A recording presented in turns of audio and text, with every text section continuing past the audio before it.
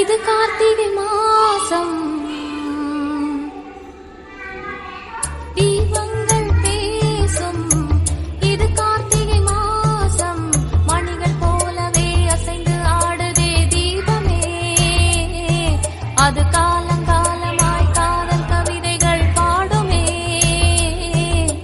முத்து முத்து விளக்கு தீபங்கள் பேசும். இது கார்த்திகை மாசம்.